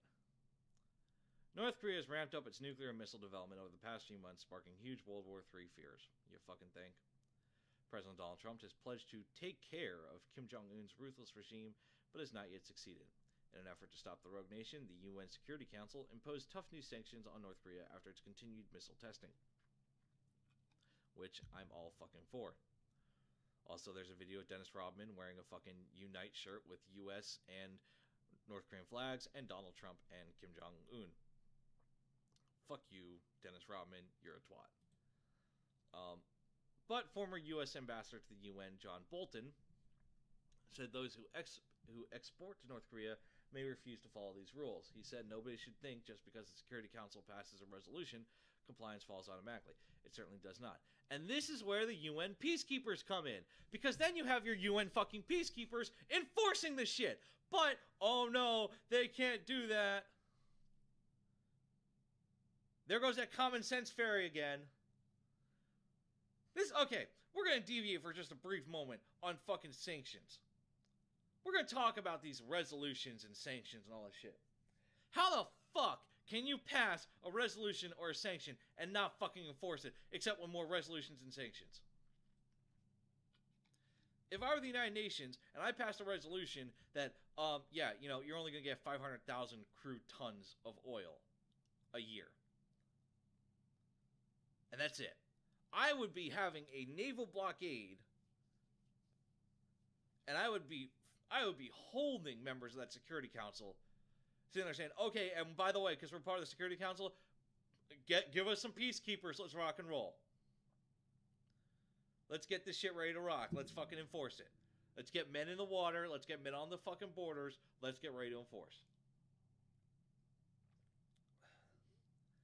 Because that's the issue here.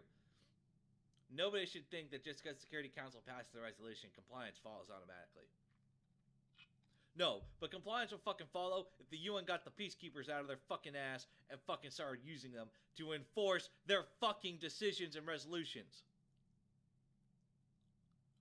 When the Security Council puts out something that requires a, we're going to deny you this, we're going to put a sanction on you, but there's no way to enforce it, guess what it is? An empty fucking threat. I'm sorry, if I tell a person I'm going to punch you, guess what's following about 3 seconds after I say that? My fucking fist. If I tell you, you are not going to get 90% of the crude oil you asked for, that is a sanction, guess what fucking follows? A way to enforce that you don't get 90% of that crude oil. That is also arbitrary numbers, that's not the exact. Alright, John Bolton continues. China supplies 90% of North Korea's oil and huge amounts of food and other humanitarian goods. China can pretty much do what it wants. No fucking shit. In fact, what should be irritating to Americans is that after 25 years of China saying they didn't want North Korea to have nuclear weapons, they've done precious little to make a difference to achieve that objective. You're fucking right. Even after the president's visit to Beijing, you don't see much evidence that China has really stepped up the pressure like they keep telling us they will. okay, they've voiced a good fight, but you're right. I haven't seen anything Chinese-wise saying they're really moving towards denuclearization. Mr. Bolton said America has attempted to stop the North Korean regime, but is down to some very unattractive options. He insisted the binary choice is to either allow North Korea to have the capability to hit any target in the United States it wants with a thermonuclear weapon, or the USA have to look at the use of force. Following the UN vote, Donald Trump wrote on Twitter, the United Nations Security Council just voted 15-0 in favor of additional sanctions on North Korea. The world wants peace, not death. And you're right. You know, the goal of every warrior is we fight for peace. It's a very odd dichotomy, but we fight for peace. We wage war so that our children don't have to. The North Korean Foreign Ministry responded to the UN sanctions and branded them an act of war and said, we define this sanctions resolutions rigged up by the U.S. and its followers as a grave infringement upon the sovereignty of our republic, as an act of war violating peace and stability in the Korean Peninsula and the region, and categorically reject the resolution. I'm sorry, you stupid fucks. You started this shit by A, not complying with the fucking rest of the world when they fucking test their weapons and shit, and B, firing across the DMZ after a soldier of yours tried to defect. Actually, successfully defected. I'm sorry, wrong words. You fired across the DMZ. Granted, no South Korean or American forces were injured, but you fired across the DMZ. You have already proven to the world you don't give two shits about resolutions or policy or even being a global player.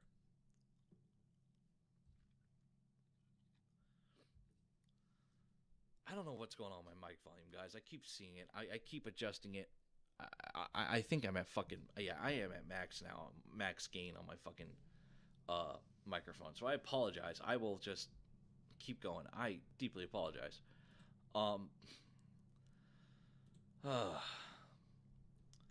Listen, and they continue to say, North Korea's nuclear weapons are a self-defensive deterrence, not in contradiction of international law. Correct. We will further consolidate our self-defensive nuclear deterrence aimed at fundamentally eradicating the U.S. nuclear threats, blackmail, and hostile moves by establishing the practical balance of force with the U.S. The problem is, you have no practical balance of force.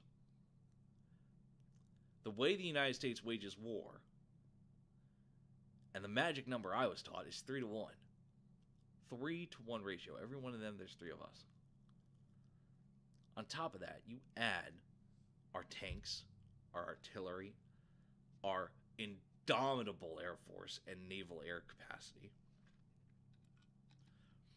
We are the one nation. We spend more on defense than anyone else in the world, which is a good and bad thing.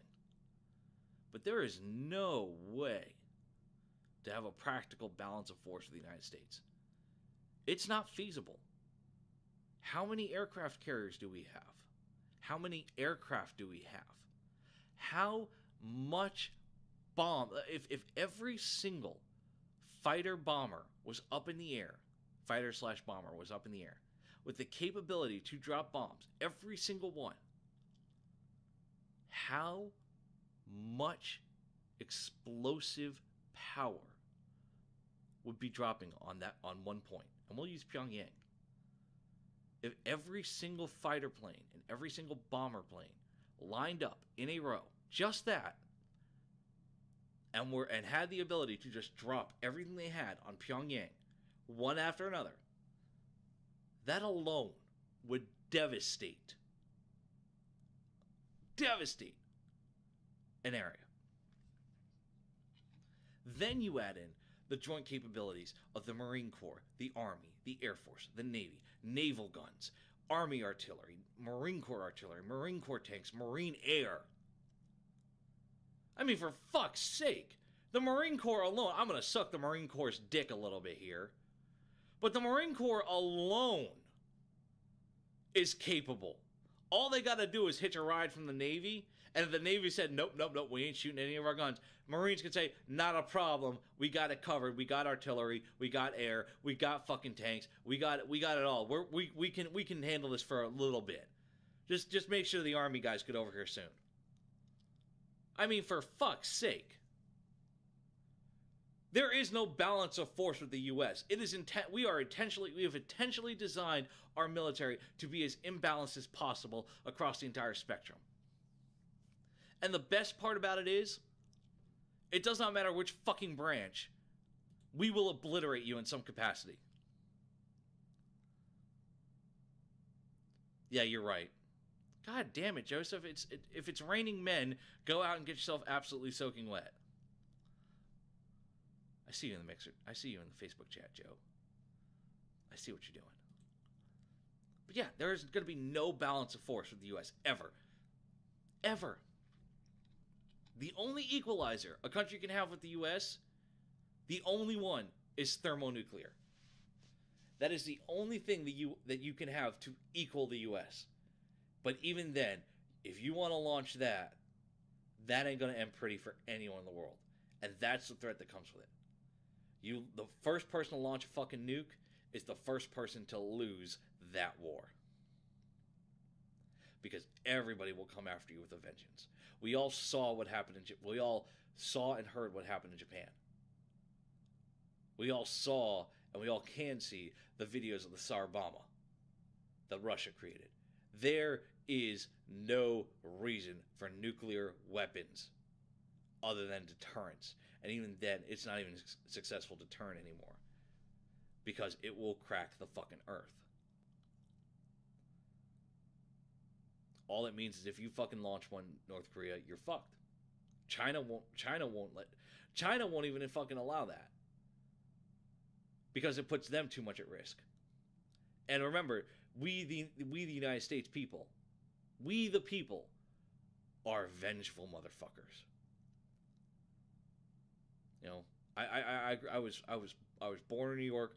The first 12 years of my life, I was raised in New York. And after 9/11 happened, I watched everyone from Crips and Bloods and New York Cowboys to fucking Jews and Muslims and everybody who was in New York, or everybody who was in America when 9/11 happened, everybody wanted fucking blood. We came together and we were ready to fucking hunt. And that's the thing that North Korea doesn't understand. Yes, we are a major influencer. We are a major influence on global policy, on world economy, on world, on the world's capability to wage war. We are a major influence on that. Sorry about hitting my mic. But we don't control it. But the minute you come stepping at us, you come fronting at us, you want to play games? Oh, we'll play. So please, North Korea, please get that balance of force. Please use one of your self-defensive nuclear deterrences. And watch as the world comes crashing down on your little hermit kingdom and your fucking 5'0" pissant of a leader has no idea what sort of monster he's unleashed.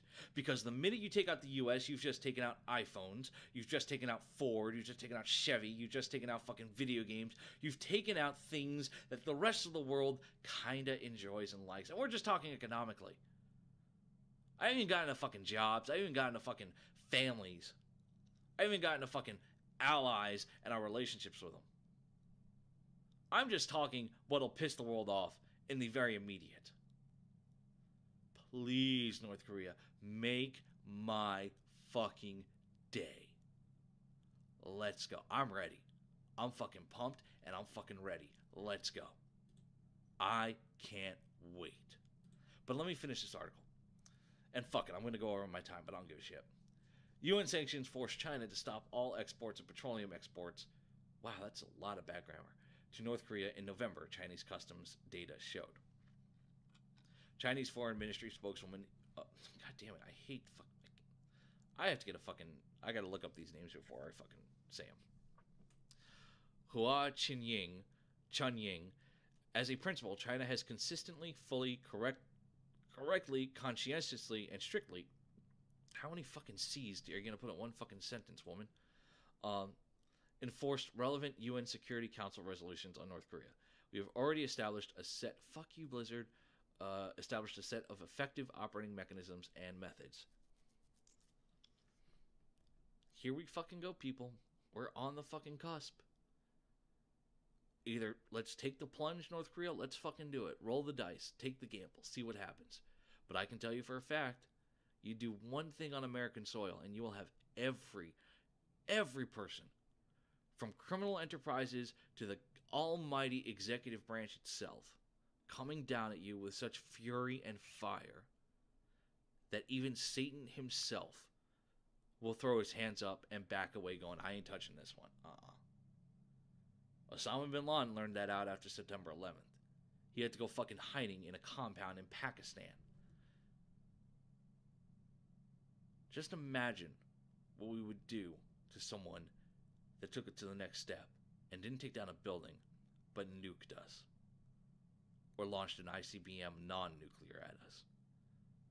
And ask yourself, do you really want to test a country that invaded two countries to get one man?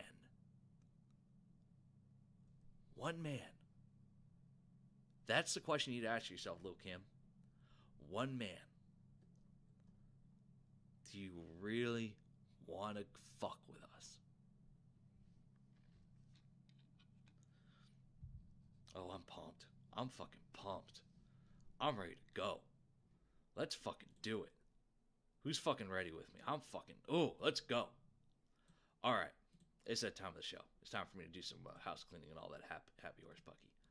All right. Today's the 26th. So, as always, we got some great guests coming up. Tonight, we have Brittany Kennard, who is a veteran that was injured in Iraq. She'll be talking about the SD Gunner Fund and what they do for veterans and disabled children. The SD Gunner Fund was created to assist veterans and disabled children with the financial expenses of owning much-needed service animals. Service animals require a variety of necessary items in order to perform their services. Those items can include, but are not limited to, vests, custom harnesses, and other assistance items, veterinary visits, and more. Also, please do not... Oh, and I forgot to tag them. I am a fucking shitbag. Please do not forget to check out our fellow partners, Project Overwatch, and their current campaign, Paw Patrol. The cameras, the dogs, independent, codependent, situational awareness, all these things, very important phrases and words regarding our canine units and our police force. And like I said, there's camera involvement. It puts a camera on the dog. It allows for independent and codependent movement of that unit. And it is entirely nonprofit. Every dollar you donate goes to it. And as always, Rangers lead the way. War Horses for veterans. Love them. Miss them. Want to go visit them. I'm dying to get out there. I'm jealous of Red Lake and Ice and all the other people that went out there. I want to get over my fear of horses with them and just hang out and ride and learn how to lasso and all those things that this Jewish cowboy from New York wants to learn how to do. Besides, I can't wait to go out there and share my no shit there at West Stories.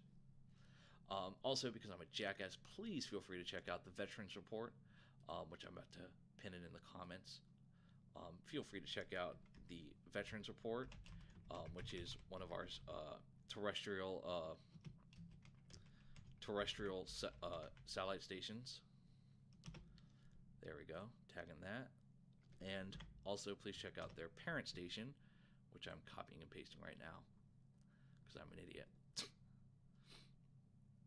Up-a-dup-a-doo, copy, paste, bada bing, bada boom. Please check out their parent station, 94.1 and 620 KHB.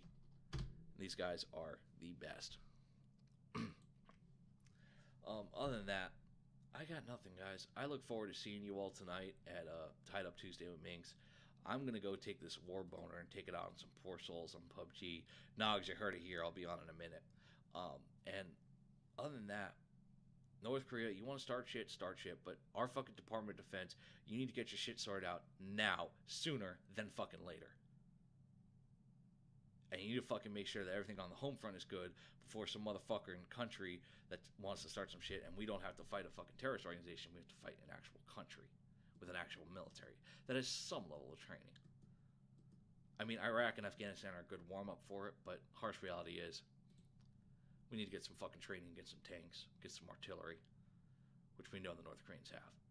That being said, I'm KJ. I'm off to go get drunk on a Tuesday, and I will catch you guys tonight for Tied Up Tuesdays with Minx and Grey Cloud. With that being said, as always, shots.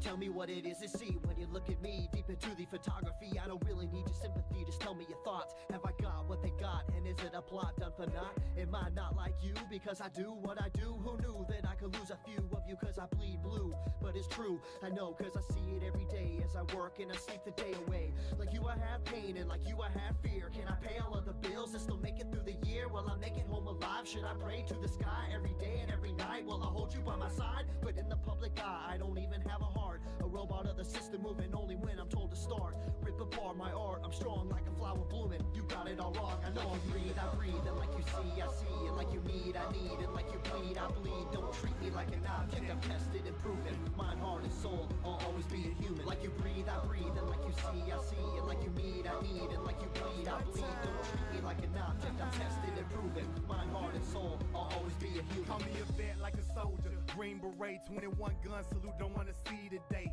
In a constant war zone, in the home of the brave, where they hate the police until they saving the day. I got kids like you, a mortgage like you, so blue lives matter, and so does yours too. All this separation and divide, open your eyes. If you cut us all open, we the same inside. The only difference is I run to the gunfight. Get peace when it's chaos, when the people don't act right. But I'm under scrutiny for trying to protect me. You pull a pistol and I'm shooting for trying to contest me. I got a quick second to make a deadly decision. The media portray me like a kid for a living, like I'm cold with no heart, a brain with no thoughts, a body with no feeling, a life with no cause. Like you breathe, I breathe. And like you see, I see. And like you need, I need. And like you bleed, I bleed. Don't treat me like an object, I'm tested and proven. Mind, heart, and soul, I'll always be a human. Like you breathe, I breathe. And like you see, I see. And like you need, I need. And like you bleed, I bleed. Don't treat me like an object, I'm tested and proven. Mind, heart, and soul, I'll always be a human. I'm damned if I do, and damned if I don't. It's like every single time I say what's on my mind, they go for my throat. They spew evil words. If you are absurd, always grinding, grinning, and killing my soul with these verbs. Hold me down,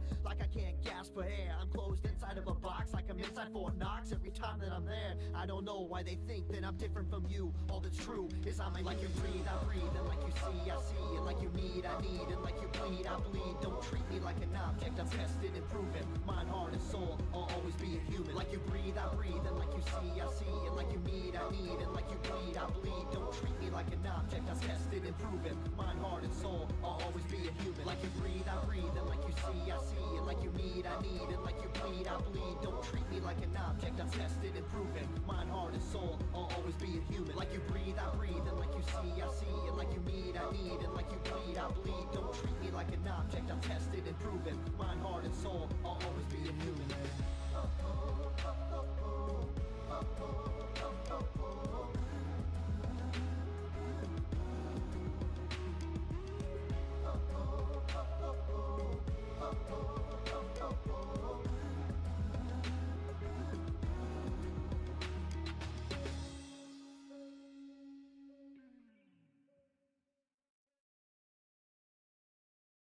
WTF Nation Radio.